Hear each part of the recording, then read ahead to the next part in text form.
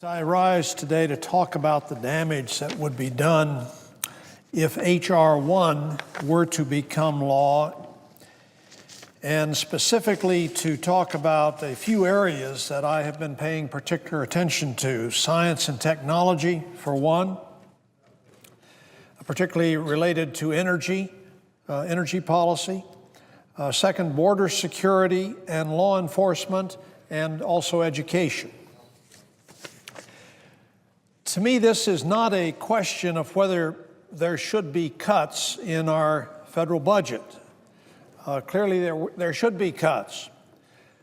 But the real issue here is whether we should be smart about where we make those cuts. To me, it's clear that H.R.1 does not represent smart policy about where to make those cuts. It represents a plan to mindlessly cut funding during the remaining 5 months of the current fiscal year in order to send some kind of message to the world that we are serious about deficit reduction. In my view, H.R.1 sends a message, but it is not the right message. The message it sends is that we, in fact, are not willing to look at serious deficit reduction at this point.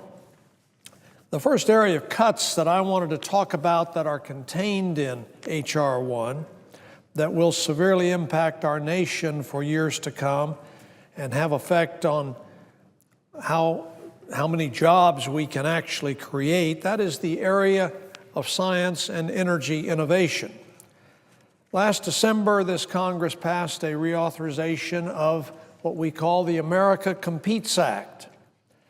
And I was very privileged to work, particularly with my colleague from Tennessee, Senator Alexander, on helping get that legislation enacted. Its purpose was to authorize funding for the Department of Energy's Office of Science, for the National Science Foundation, and for the National Institutes of Standards and Technology for the next 3 years, so that by fiscal year 2016, we would have completed a 10-year doubling of the funding for those agencies. I'd like to note that this effort was first started during the Bush administration. It has been carried forward during this current administration under President Obama. The effort has enjoyed strong bipartisan support and garnered endorsements from leading industry groups such as the U.S. Chamber of Commerce, the Business Roundtable, Council on Competitiveness. These organizations recognize that the future of our nation depends on the strong scientific backbone that we need for our workforce in order to out-innovate our competitors around the world. So it comes as a surprise to me to see large cuts being proposed by the House of Representatives in their fiscal year 2011 funding bill to the very programs that all of us seemed to agree are needed to keep us competitive in the years ahead. What cuts am I talking about? Let me give an example. One example is in the Office of Science. This is the nation's largest supporter of physical sciences, and these are the very areas by which we intend to supply a new stream of scientists and engineers to companies such as Intel and Ford Motor Company and many others. The House bill proposes to cut the Office of Science budget by $1.1 billion, or 22%. The result is an estimated reduction of 4,500 full-time scientists and engineers working on basic endeavors in the area of energy science.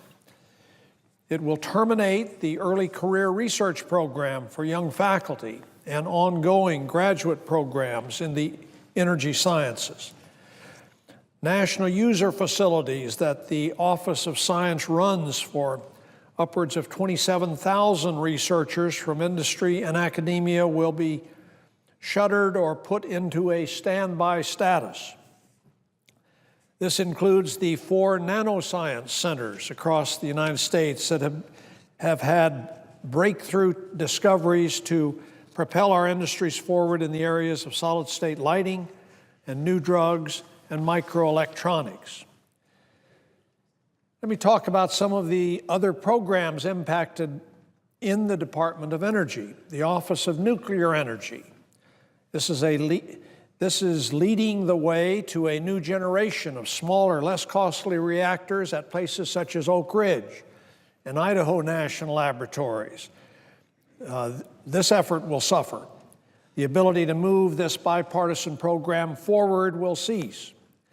In the Office of Energy Efficiency and Renewable Energy, EER&E, as it's referred to in the department, the House bill will result in over 31,000 homes that will not be weatherized, and by July 1st, it is estimated that something like 8,000 people who are expected to perform this work will be out of jobs. The program to mix coal with biomass, this is a program that shows great promise, will be eliminated, as will programs to fund offshore wind.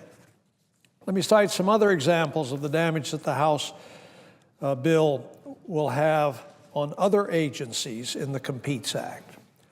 The National Science Foundation will have reductions leading to a loss of 10,000 university researchers and graduate students. Being so late in the year, and I indicated we've got about 5 months left in this fiscal year, the effect will be to reduce the program to train teachers in math and science by 53% at a time when it is widely recognized that other nations are outperforming us in student test scores in these subjects.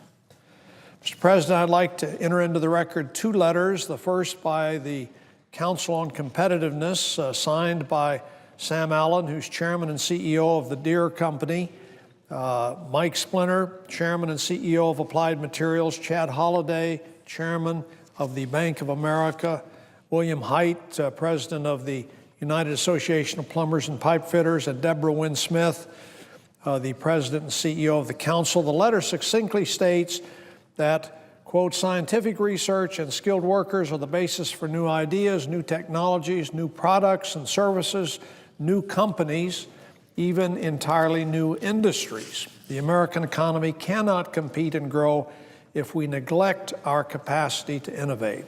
Without objection. Thank you, Mr. President. The other letter is from 175 universities, industries, and laboratories, including the U.S. Chamber of Commerce, and it supports the goals outlined in the America Competes Act and it goes on to ask the Congress to reject the cuts adopted by the House funding bill. I would ask that that second letter also be included in the record. Without objection.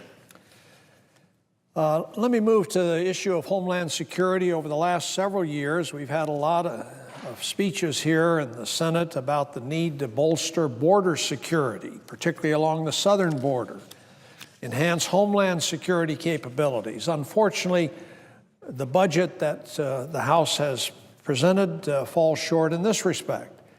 The continuing resolution would severely impact the capabilities of the Department of Homeland Security and reduce essential assistance that is provided to organizations at the state and local level. The legislation would be a step back in terms of the progress that we are making in securing our border and ensuring that the communities and law enforcement agencies along the border have the necessary resources to handle crime and to respond to disasters. With regard to border security, the House continuing resolution would reduce planned technological, fencing, and security improvements along the southwest border. The legislation would reduce interoperable communication capabilities. It would cut tactical communication modernization efforts by 50%, making it more difficult for law enforcement to respond to emergencies in a timely way. The House bill would also provide funding for 20,500 Border Patrol agents rather than the 21,370 that the Senate is proposing to fund. This cutback in Border Patrol agents, I think, is short-sighted. The measure would also severely impact aviation security initiatives. The number of advanced imaging technology screening machines, the canine teams, the explosive detection machines would also be slashed by over 50%. Let me mention, The senator from New Mexico is advised his 10 minutes has expired. Mr. President, I have several other points to make, but I understand there's a limited time, so I will ask unanimous consent that my full statement be included in the record as if read.